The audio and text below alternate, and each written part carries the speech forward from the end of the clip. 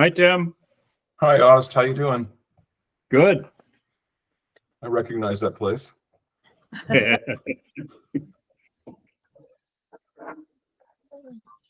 We'll wait just a couple of minutes.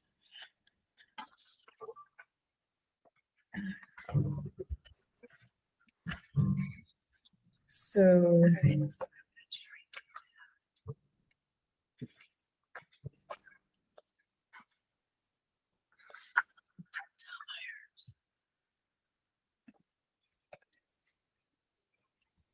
is it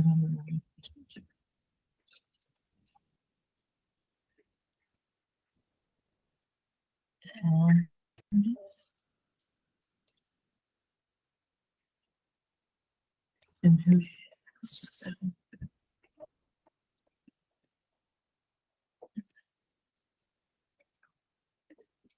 I'll just do it as we speak. Okay.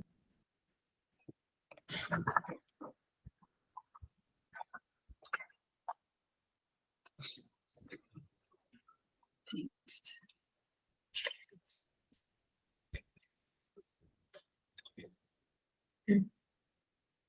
Should we go ahead and start?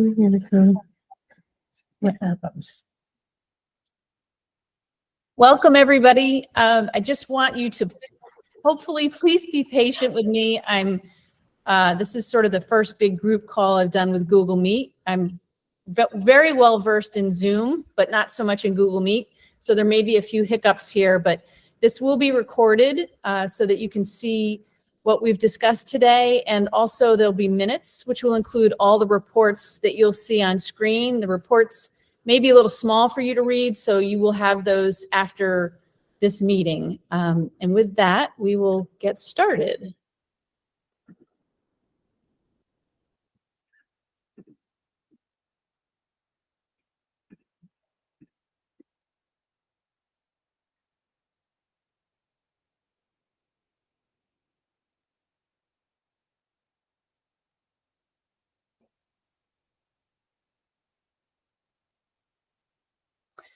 So I hope everybody got a chance to look at the minutes that were emailed.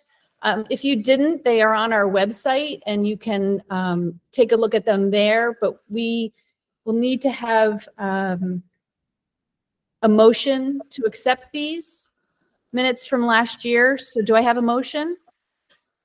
I motion to accept the minutes as written. And I'm sorry, could you just please give your name? Unfortunately, Carol and I can't see who's speaking while we present. I'm Prudence Oh, yeah. Cheney Durazio, Tom and Phyllis's daughter. Awesome. Thank you. And do I have a second? Second, Carol Cheney. All those in favor? Aye. Hi. Okay, motion approved. Okay. Well, I'd just like to introduce all of us to those of you who are listening in today. I'm Carol, and I'm the president of the organization. And Rick Cheney is our vice president, and he's the caretaker of the cemetery. And then the person you just heard speaking, Kristen Merrill, is treasurer, secretary, and technology expert. And Dexter Cheney is the director on the donations committee, and Dex is at a funeral in Detroit today, so he's not. And Kate Chappell is a director, and Kate is on the donations committee. And Austin Smith is a director, and Austin is all things money. And Tom Myers, director on donations and helping with membership. And Nat Cheney, director, is also all things financial. So welcome to all of you. And we'll run through some reports and just invite your discussion and questions along the way. There will be a lot of stuff that we'll be sharing on screen. So Kristen, do you want to Sure. start with the, So I'll start with the report of the treasurer for the year ended December 31st, 2022. And as I mentioned, these might be small on your screen, these reports, but they will be provided to you after the meeting. And I'll just give you a brief explanation of them. The expenses for the maintenance of the cemetery and the cemetery administration come from the interest accumulated by a Raymond James investment account, contributions by members, and membership dues. Our expenses typically are more than this income, so we debit a cash or money market account to cover this. Our greatest expense is typically the care of grounds. We do have a second account, the Cheney Family Fund.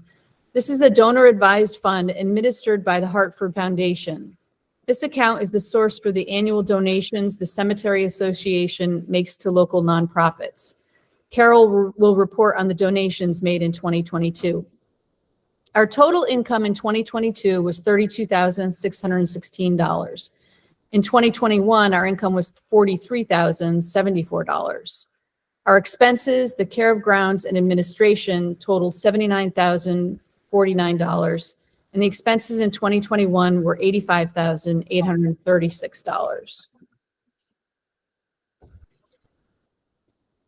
So this is a summary. Can I just make one comment on Please. what looks like a big loss in terms of income versus expenses? As we all know, the income actually generated by funds these days is pretty low. So the amount that we're spending runs roughly in the 4% of principal, which is, in our minds, a reasonable level to be spending at on a total return basis. So. Right. And actually, I'll be reading Nat's investment report, which will cover more of that too, since Nat is unable to attend today. So this is our detail of expenses. And as you will note, the financial management, website, insurance, internet, postage, dues, payroll are all part of the administration expense. We separate these out. So there's the administration expense, and then the care of cemetery expense includes all the vendors who maintain the cemetery.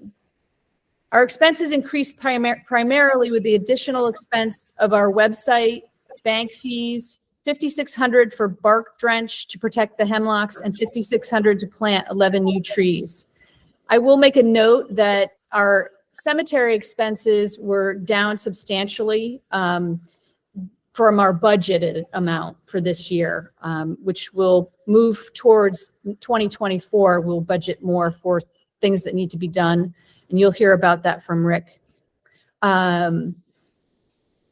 And as I mentioned, all of these reports will be part of our minutes and available on our website under the members portal.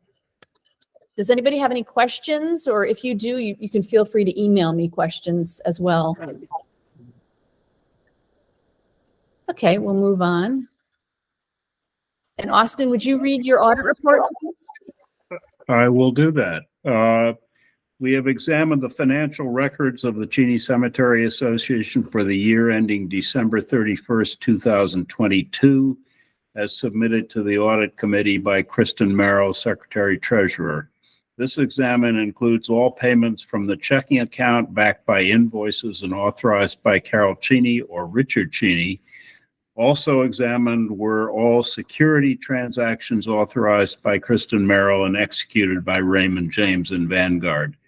We have found the treasurer's report to be substantially correct. And I might say probably exactly correct, but substantially is good enough. Anyway, submitted in today for the year 2022. Thank you. So the investment report I will read because Nat Cheney is not here today.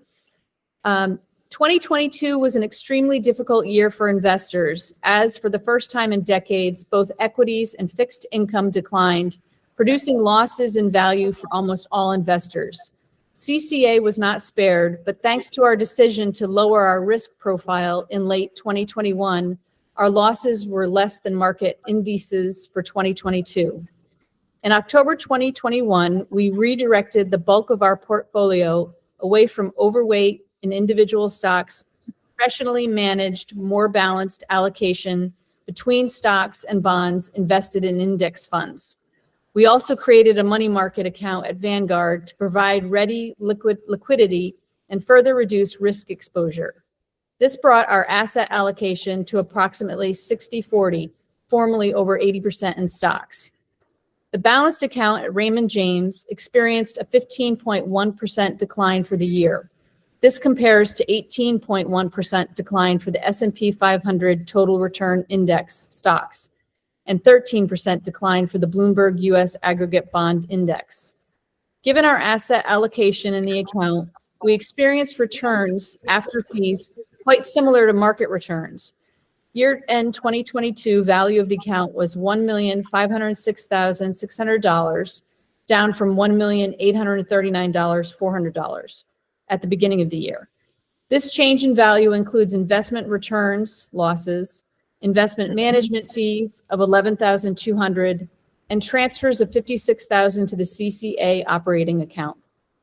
The Vanguard account, initially $300,000, produced returns of 1.3%, and at year-end stood at $274,000, following withdrawals for CCA operating expenses of $20,000. Updating these balances to March 31, 2023 shows modest recoveries. The Raymond James account stood at $1.560873 million, up 3.6% year-to-date after management fees and withdrawals.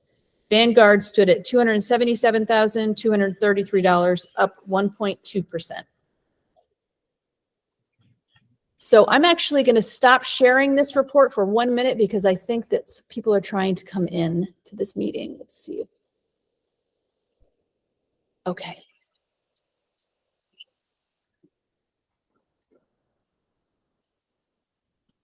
Welcome. I'm sorry it took us a minute to get you on here.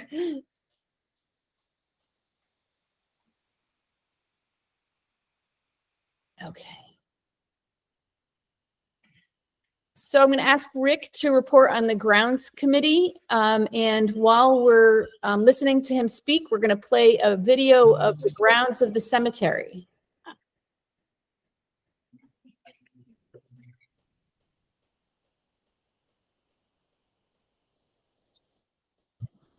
Rick, are you there? Maybe I lost Rick. Let me just see. I see him on, but it appears that he's muted. Oh, Rick, we can't hear you. Can you unmute yourself? Well, we have this beautiful view of the, the cemetery. And I do have his report that I could read if he can't get on. Thank you for this video. How's that? Did that work? Yes, we Yeah, now that's can hear working. you. Yep. Okay. Sorry about that. I thought you had us all muted, that it was system controlled. Nope. So, okay. Well, I'm just going to read off my report here that I submitted. It is dated for June 2nd, 2023. Overall, 2022 was a kind year to the cemetery. We were spared any major damages from storms we did have, and only minor cleanup was required. Our biggest loss was the retirement of Alice Willard. This was she was a great asset to our organization. I always refer to her as being the horticultural auditor. She'd go down and make a report twice a year or so,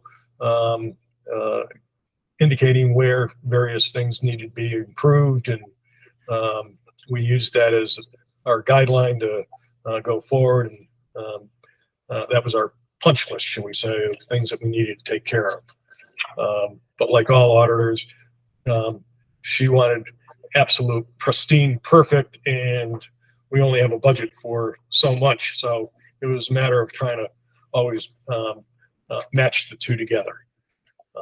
But we will miss Alice greatly, and very impossible to replace.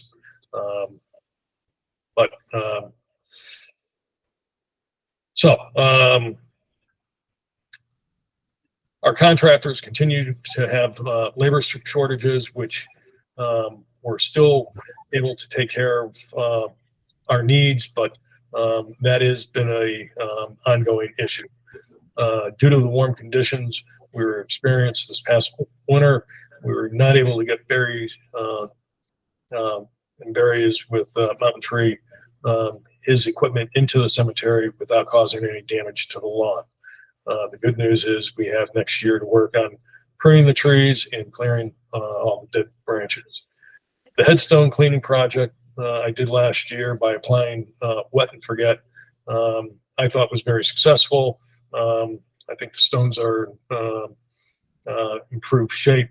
A second application should be applied again this year. I'll talk to Carol more about that offline, but as I mentioned last year, the product is approved by the Veterans Administration. We had Kevin Regan and his crew from Executive Lawn Service do some extensive pruning of the lower bushes. This was to reveal the headstones and protect it from unwanted moss. I'm looking forward to seeing the results of this work this year as it has an opportunity to have the new sprout as it sprouts new growth. Excuse me. I have been able to find a granite bench suitable for the cemetery. The bench that I found is kidney shaped. We can certainly look at other shapes, rectangular, curved, etc. But this particular kidney shaped one that I'm looking at has a 6-inch seat. It's 51 inches long.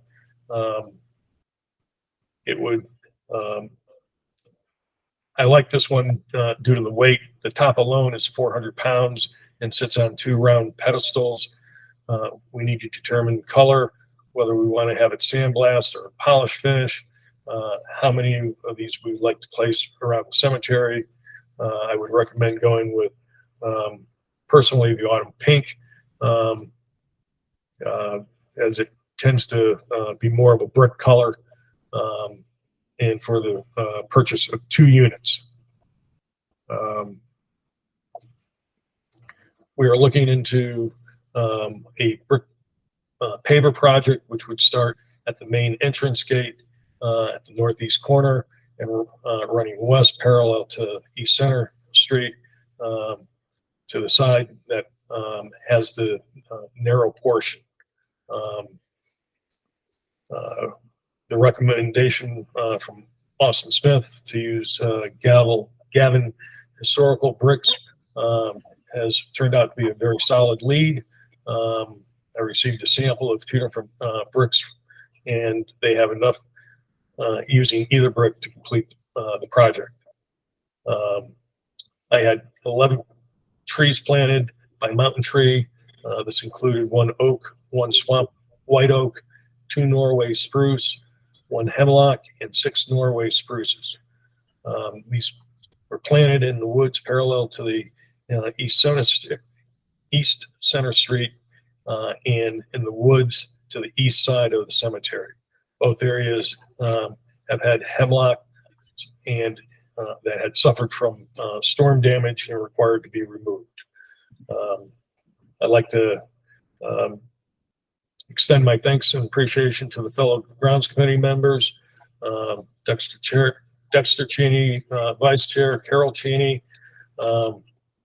Additionally, I'd like to extend appreciation to Barry Golby from Mountain Tree Services, Kevin Regan from Executive Lawn Service, Town of Manchester, East Cemetery Grounds Crew, Green Carpet Lawn Service, Frank's Landscaping, for all their hard work and dedication of making the cemetery grounds look great.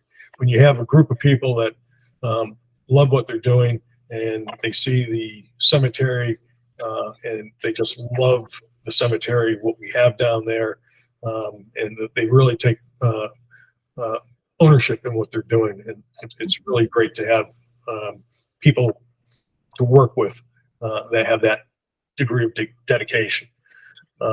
In conclusion, I'm very pleased to report that the state of the cemetery remains in great condition.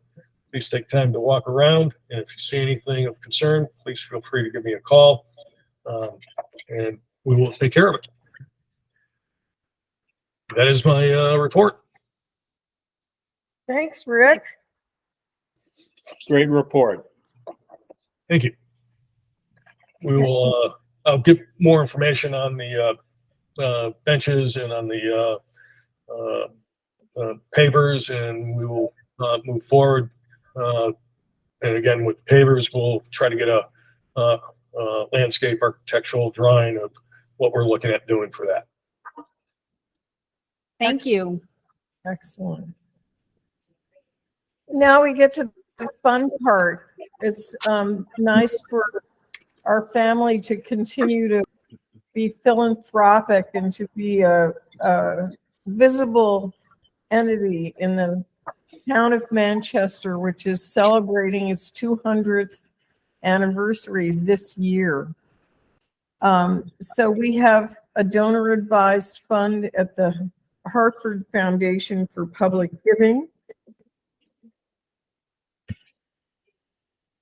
And these are our donations and a little bit about the organizations. Cheney Hall has been a really important resource in Manchester since 1866, when it was built by our ancestors as a theater and cultural community facility in Manchester. And then it served as a hospital during the 1918 flu crisis. And it is taken, and now is owned by the town and inhabited, if you will, by the Little Theater of Manchester, which puts on concerts and drama performances of all kinds. And we're donating $2,500 this year to support their operating expenses. We're donating $2,000 to Howell Cheney Technical High School, which he established in 1915 to train students for work in the mills, but also because he believed that you needed a balanced education that had reading, writing, and so forth, along with trades. And the awardees this year selected by the faculty were Tahira, who majored in mechanical design and engineering, and also Jewel Dua, who majored in information systems technology. And each of the kids received a $1,000 cash prize for their ingenuity and outstanding leadership. $3,000 goes to the Manchester Historical Society for the Cheney Homestead last year. And this homestead was built in 1798. And of course is a sinkhole of repairs and updates and additions. But it was the home of the brothers who established the silk business in the 1830s. And the donation was just restricted to the accomplishments of Cheney women in an evolving new display at the homestead.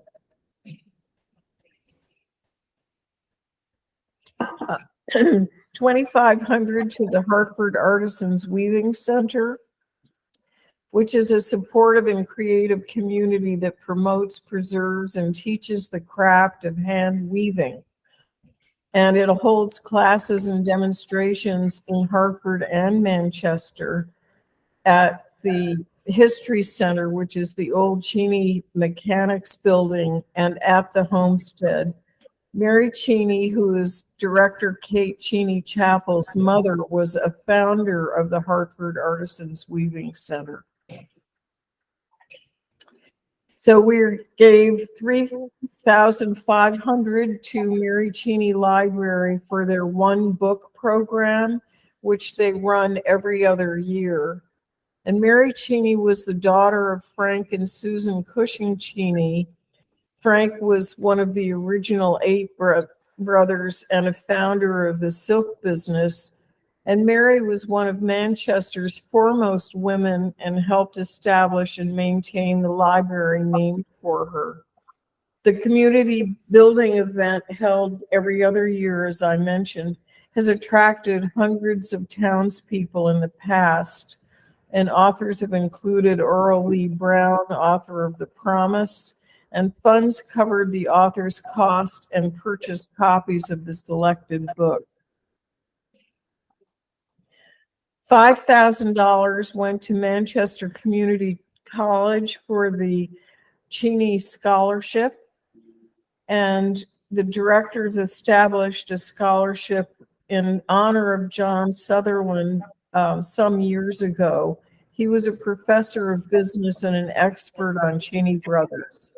And since its inception, each year, $5,000 is awarded in tuition assistance to students demonstrating financial need. Last year, we endowed the scholarship, which will enable it to grow and help even more students. $2,500 is allocated to the Connecticut Historical Society. In recent years, we've provided funds for the digitization and online cataloging of items in the Cheney family collection. Emphasis is on photographs in the Philip Cheney, Thomas L. Cheney, and Horace Bushnell Cheney collections, as well as Cheney family clothing, including baby christening dresses on up to complete costumes. The Connecticut Historical Society is the really go-to place for the Cheney genealogical records and family history. And here is a photo of Sarah Otis Amory Cheney with infant Frank Dexter Cheney Jr. in 1905. The Wadsworth Athenaeum was awarded $2,500 for the program that has been named Follow the Thread, which is the revival of the costume and textile collection, which has been dormant for several years. So it's supporting salaries of a new curator of costumes and textiles and a full-time technical assistant, documenting and cataloging the Wadsworth 8,000 object collection, including Cheney Brothers silks, work with the conservation team, and digitizing objects in the collection for online viewing. And I've been particularly involved in this project at the museum, and am very, very happy to see the costumes and textiles collection, which is nationally known, come back up and out of the storage in the basement. So the lifetime giving of our Cheney Family Fund is almost $600,000, which is really wonderful, something I'm very proud of. And that is more than we actually set aside in the fund originally. Yes, that's right. Okay. Now, are we gonna put a picture? Yeah. So here I am.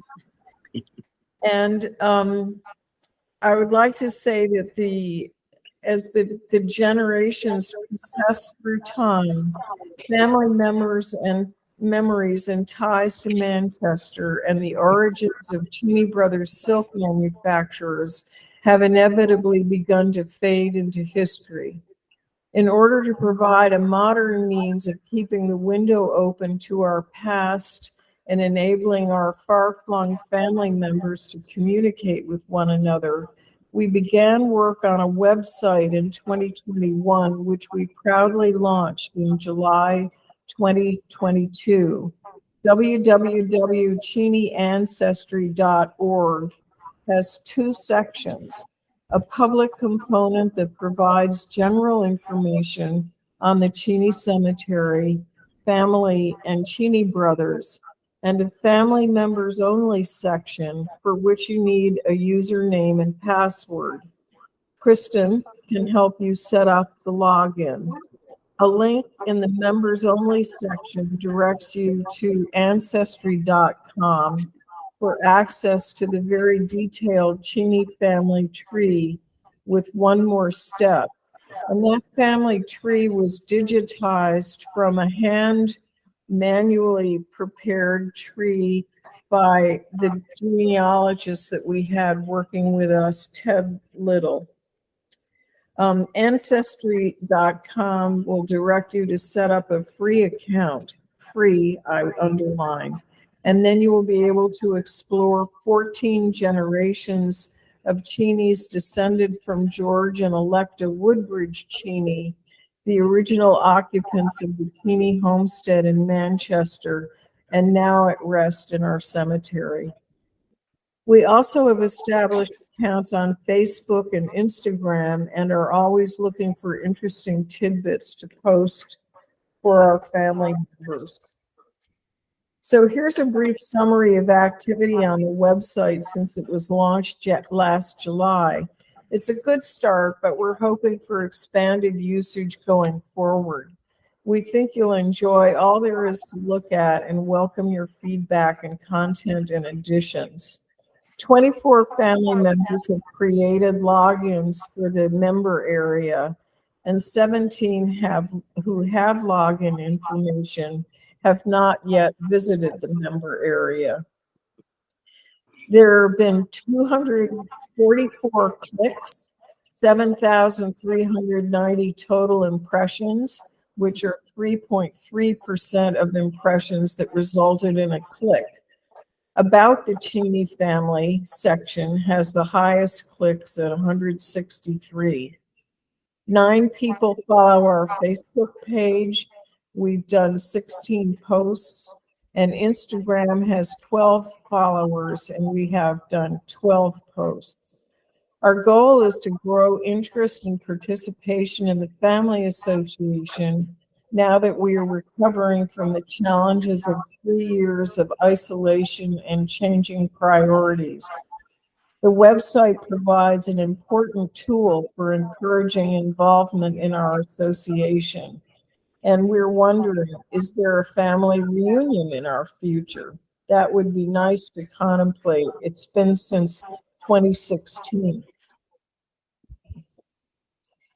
In membership news, we currently have 128 members, up from 120 in 2021. In 2022, Stephen Randolph Newbold joined. He's the grandson of Antoinette Cheney Crocker, the daughter of Horace Cheney. And we want to thank Stephen for his donation to the association upon joining. And also having joined in 2022 is Ellen McIntosh Smith, granddaughter of Mabel Austin Cheney Smith. So far in 2023, Charles Cheney Dennis Jr. joined. His father was Charles Cheney Dennis. And we were not notified of any deaths in the family during 2022. Which is kind of a reminder that we really welcome hearing from people. And since they're located all over the country, we don't see obituaries unless they're sent to us. We talked about a new thought, which we'll probably have some discussion about. And pursuant to our 2021 legal review with Attorney Malcolm Barlow on matters not spelled out in the bylaws or needing modernization, we began looking into the new practice of green or natural burial, whose purpose is to reduce the carbon footprint and contribute to the natural ecological cycle. Green burials vary depending on the cemetery, but the key attributes include not using embalming fluid, pesticides, or herbicides, and burying the body in a shroud, wicker basket, pine box, or other native natural biodegradable material. Those departed buried in a natural setting with a minimum impact on the environment. There are 5 green burial sites in Connecticut, and interest is growing. We are discussing if and where to put a natural burial area within the cemetery and how to handle concerns around separating newly interred family members from their immediate family unit plots. Your input would be most welcome. We turn to an expert Webster for information and recommend that you refer to her site to learn more. A link will be provided in the minutes. We also have talked about opening a cemetery to non-Cheney families, space permitting, and related topics that deserve examination but may be difficult topics to face. Our membership in the New England Cemetery Association, the Connecticut Cemetery Association, and other related organizations provides helpful information. Prize Day at Hill Technical High School was at the school on June 26, 2022. At that event, I presented the Spirit of Innovation Reports awards for 2 outstanding students selected by the faculty. And I'd like to tell you about one of the students, just so you can see what goes on at Cheney Tech. Jewel Dua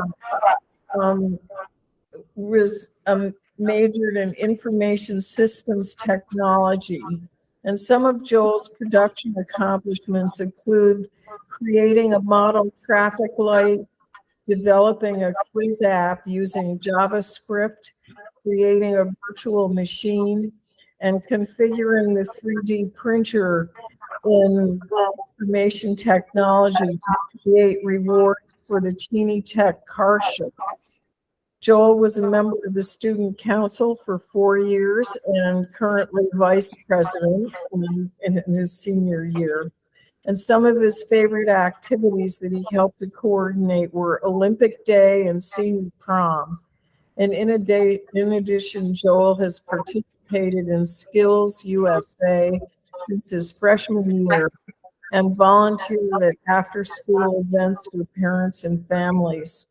Joel is attending and pursuing a degree in computer science, so quite an accomplished kid.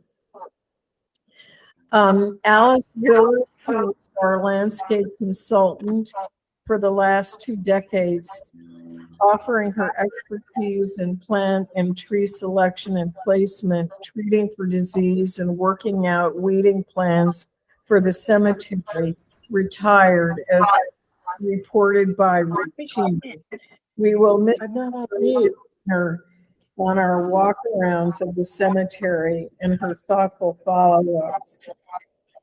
Another piece of news, on May 18th at 11, Director Todd Meyer gave a wonderful presentation on lessons from our ancestors and how they affect business. If you missed it, you can see it by visiting our YouTube page, and that link will be in the minutes. Carol, this is Kate. We're getting a lot of feedback, so we can't hear you. Wow, they're getting feedback. We're getting feedback, so if we could have people mute themselves. There are probably 3 people who are not muted and it's causing trouble. I can't figure out how to do it. I Okay. can't figure out how to mute. Let's see. So on the bottom, there's a toolbar. To the far left, there's a little microphone. Yeah. Just click that and it should turn it off. Do you see that?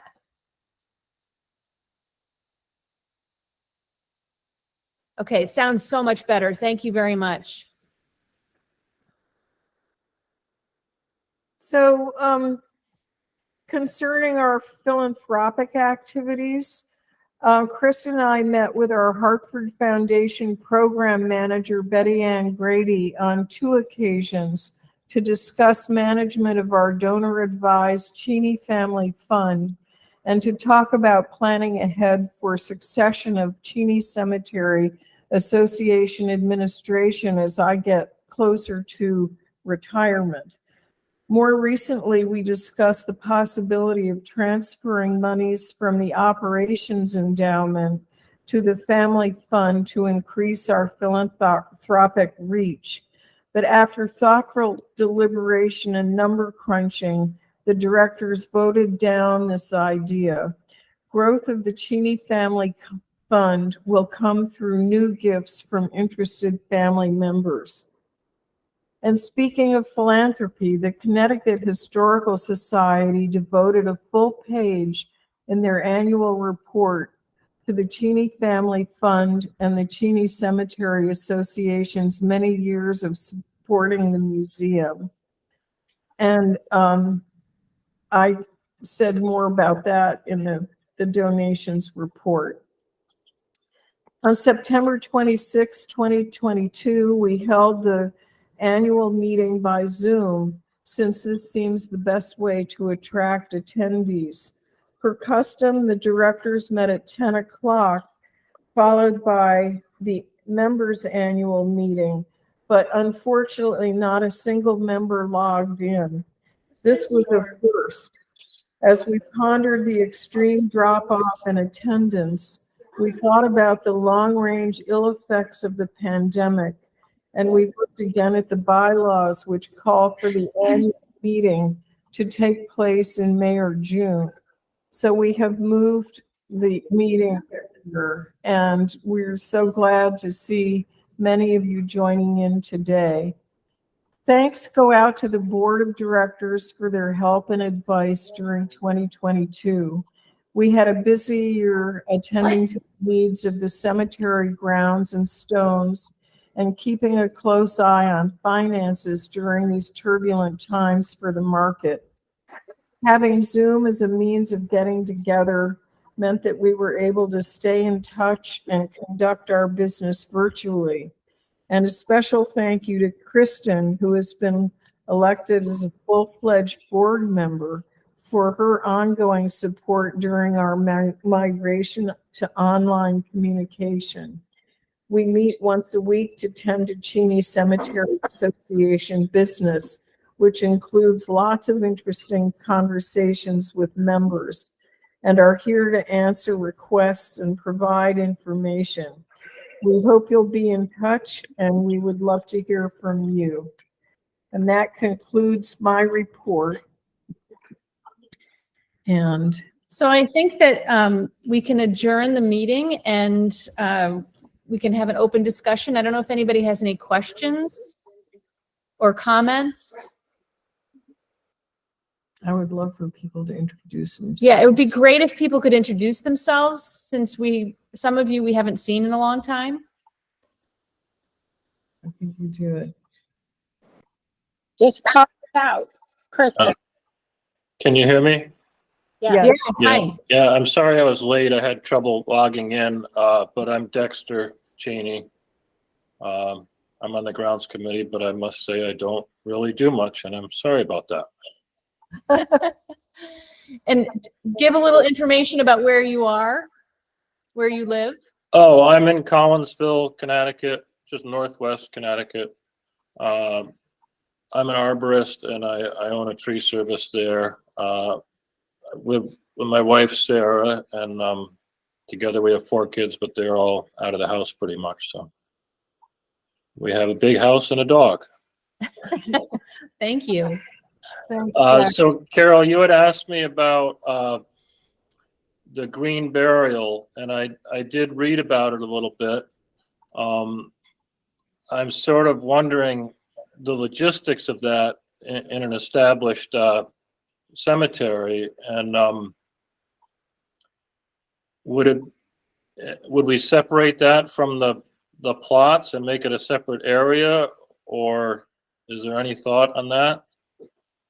Well, what we've learned so far is that it works better if it is separated from the way the plots are set up.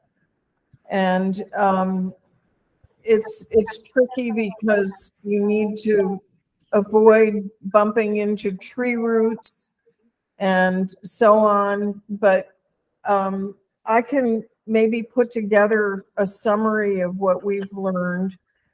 We would have to go back into some of the more forested areas and clear them to make a natural burial area. But And I think we're Yeah. have any family members expressed interest in it? not yet, but apparently this is a growing trend, and people are flocking to cemeteries that don't charge thousands of dollars for a plot. And of course, each one of us has a plot with no the original $30 attached to it. Yeah. Huh. Well, you just mentioned going into the forested areas, so you're certainly going to be into tree roots if you do that. Mhm. But There are a couple of areas that are possibilities mhm. where there are not a lot of trees anymore.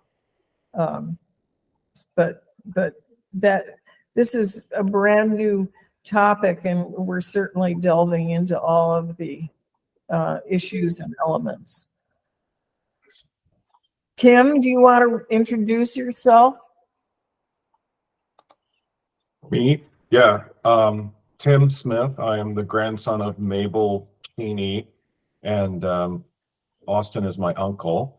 And Ellen McIntosh Smith, who was referenced earlier as a new member this year, is my sister. Great. I live in San Francisco with my husband, Eric. I'm in the real estate development business, which if you've been reading the papers is an interesting business to be in an interesting place right now. So that consumes most of my time these days. I'm really happy that we have this Zoom option, and I've been able to participate in a couple of meetings now. So I think last year's the timing didn't work for me for some reason, but thank you for moving to this platform. It really makes it more accessible for those of us at longer distances. Great. Thank you. Nice to see you. Let's see. Kimberly, do you want to introduce yourself? Oh, I'm not sure he can hear you. I don't know. is he muted or I'm not unmuted? sure. Or? Oh, there he is. Kim, can you hear me? Maybe not. Maybe he's doing something else. Let's go to some of these. Let's go to Prudy if we can. Hi. It's nice to see everyone. I am Prudence Cheney Durazio, and I am the daughter of the late Tom and Phyllis Cheney, and the very happy stepsister, half-sister of Carol, whom I love very much. We lived in Noank, Connecticut, Ernie and I, my husband, and our 2 children. And we have since retired in 2018 to Naples, Florida. So I'm in Naples right now. We had an exciting thing happen in our family in December, and our son Ernest was married in Hong Kong. He has a wife who's a Hong Kong citizen, and he's lived there for 9 years. So we now have an Asian daughter-in-law, and it kind of fills the circle or goes full circle to our connection with China. We've Ernest and I have kind of laughed about that, but I don't know, it seems noteworthy. So it's nice to see you all. I have a sister, Faith, and she's not here right now. So it's Faith and me and Carol and Dexter. Mhm. Nice to meet you. Thank you. Thanks, Prudy. It's great to see you. Thank you. Does anybody else want to introduce themselves?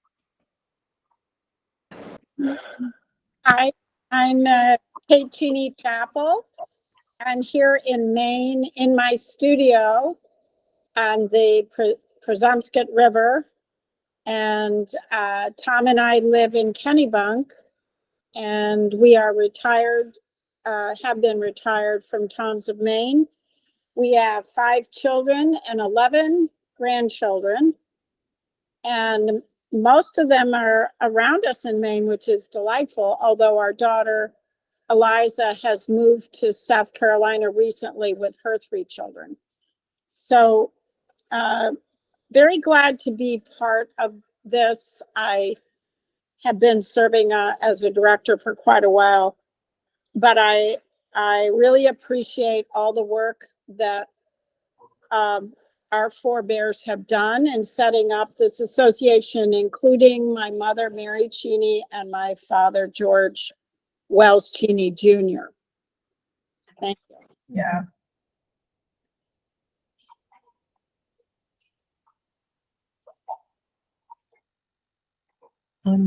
It's raised a hand. There's, there she is. How do we get her? There. Hi. Okay. I'm Ann Lane. Ann Bushnell Williams Lane. Horace Bushnell was my grandfather. And I currently live in Pennsylvania, where I moved to be near to my mother, Hannah Cheney, who died 10 years ago. And I'm glad that you changed the Zoom, the meeting time to now, because in September I was in Sicily. Oh, nice. Great. Well, welcome. And I also apologize for being a bit late into the meeting, because it turned out I had to restart my computer in order to receive the request to use the camera. Oh, Oh, I don't know. weird. we're glad you're here. Kimberly, are you there? I am. Can you hear me? Yes, Yeah, we can. Introduce yourself. I'm Kimberly B. Cheney. I live in Montpelier, Vermont, where I've been since 1967. And live with my wife and the present time one of her daughters.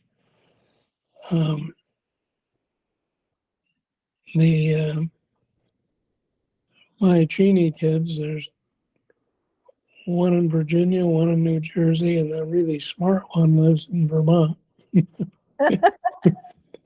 It took a lot of education.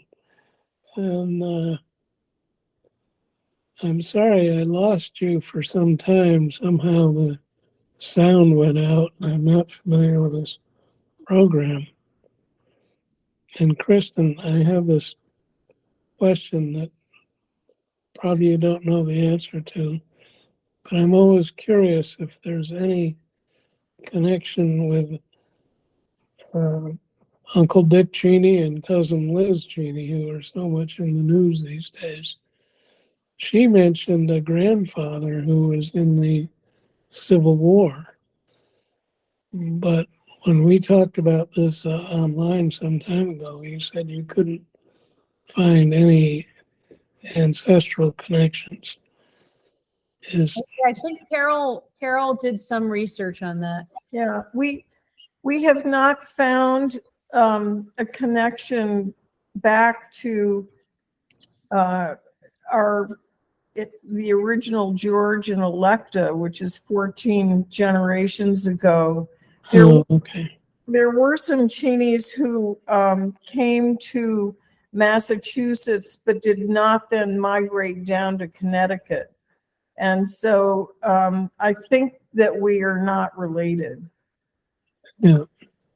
Can I just add, you mentioned the Civil War, and of course, the most notable connection we have, or two notable connections we have there. One is Frank Woodbridge Cheney, who was lieutenant colonel of the 16th Connecticut and was wounded at Antietam. I think it was 2 weeks before the family found out that he was actually alive. Anyway, that kind of shortened his service in the Civil War. The other, of course, is Spencer, the machinist at Cheney Brothers who created the Spencer rifle. And those are, I think, the most, there's one other notable one. In the Connecticut Historical Society, there is a note, and this relates to the Spencer rifle, and it was written relating to the Union cavalry and saying that without the Spencer rifle, we would have had trouble winning the war, signed by George Armstrong Custer. Yeah.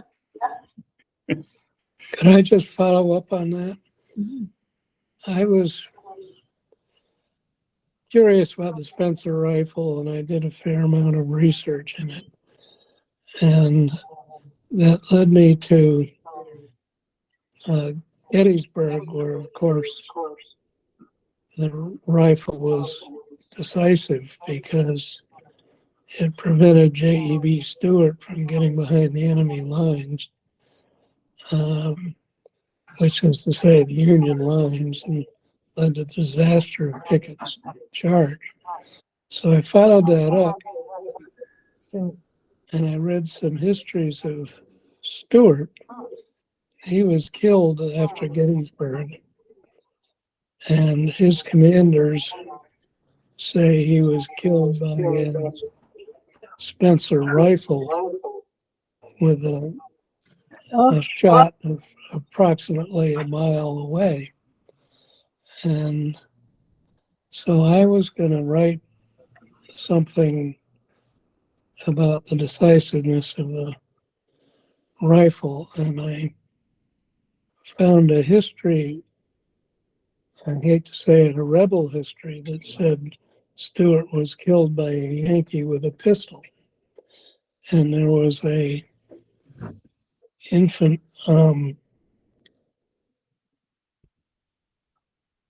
forensic analysis of his wound, and it said it had to be a pistol shot. I did some murder cases and traced bullet wounds, and I checked it out with people I know who were good forensic scientists. And I said, given the evidence, there's no way to prove either way what rifle was used, because there was no autopsy and there's no description of the wound. But the Union commander has written notice that it was one of his men that shot him down. But I had to give up that research because there wasn't any forensic evidence to prove it the other way. It's probably a surprise, but the Confederate evidence all came about 2 years afterwards in various meetings of Confederate historical societies who promulgated the story that it was a cowardly Yankee that shot him with a pistol. But yeah, can I add a couple of? Yes, please. I'm through. I just would add a comment. First of all, here's the Spencer rifle. It was short barreled for the cavalry, this is so forth. I would make the comment, all of these early rifles were large caliber, 54 caliber was the Spencer.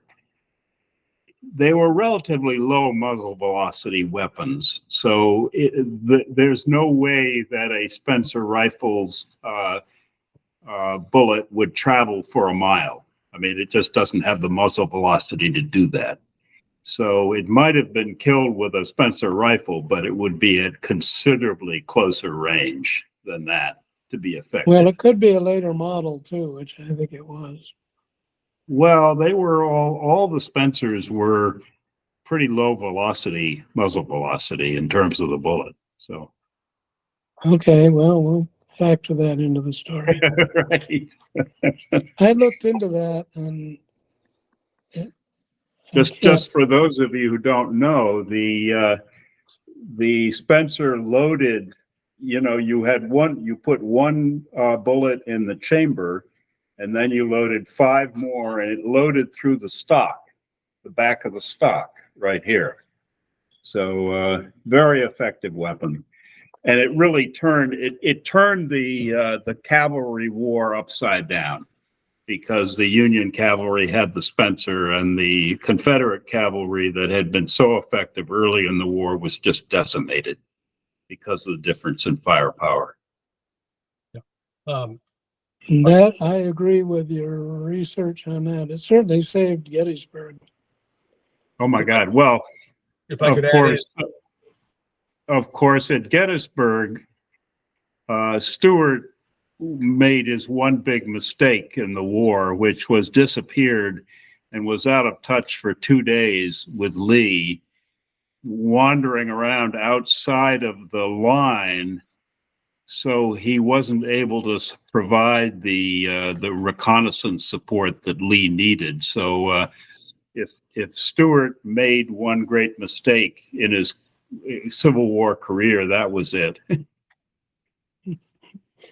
The other was sitting on his horse in the middle of a battle where he could be reached by a Spencer. There you go. Yeah. I would like to invite Penny West. Can you hear me, Penny? I think she's having computer issues. That's what we were just emailing about. She updated her computer and can't get her microphone to work. All right. Has anyone else? Would you like to introduce yourself? I think we may have covered everybody. Okay.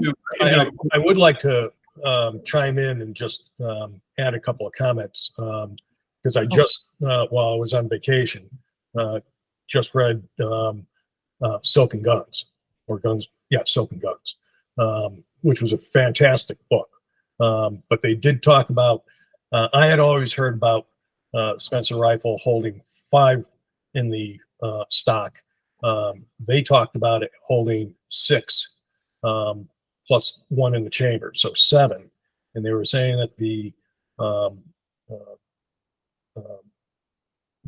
cap and ball musket, basically you would get 4 shots out in a minute, where the Spencer was able to produce 21 shots in that same minute. So with 21 versus 4, the velocity of shots, the volume of shots being able to lob at the enemy was so much greater with the Spencer rifle that at Gettysburg is what made a determining factor of winning that particular battle, as well as several others. But there's certainly a great book to read. Is Silk and Guns. What's it called again? Silk and Guns. Silk and, okay. Here, bear with me. I'll show it. We are I'll be able to answer that question maybe in some months, because my nephew, Jason Jenkins, also acquired a Spencer, and he was going to have some cartridges made up that, the proper caliber. And so we'll let you know how many this holds. Actually, if you follow the stream of conversations right now, Tim Smith just sent a link to the book. Okay. Okay, great. It's a great book. And Mother yeah, great book. favorite. Life of Frank Cheney. Well, on that triumphant note, it may be time for us to say goodbye. I want to thank everybody for coming to the meeting. And I think it was really fun. I enjoyed your introductions. And we will continue to talk about the topics that came up in the meeting and welcome your feedback after you get the minutes. Carol, can I just add one thing? Can we pencil in a family reunion for next year, 2024? I think we love the Zoom calls, but I would love to see people in person. So maybe we have enough time to kind of get things. What was it? 2016 was our last. Yes. So I think it's appropriate that we kind of start to sketch out a Cheney family reunion in Manchester for next, maybe a year from now. It would take at least a year to plan. So Okay. let's put it out there and I'll help. All right. Okay, we'll count you in. Okay, that's Carol, good. may I add something? Yes. I am completely blown away by how forward thinking and how much work has gone into bringing this whole association into and Cheney history and genealogy into the electronic computer age. It's just amazing. And I thank everyone involved. Thank you. Well, Yeah, I'll second special that. thanks for that really goes to Kristen and Carol. They've really carried the ball on this and, it's been spectacular. Thank you. Yes, it is wonderful. So great to Thank see you. you all. All right. Take care. Bye. Bye-bye. Bye. Bye. Bye all. Bye-bye.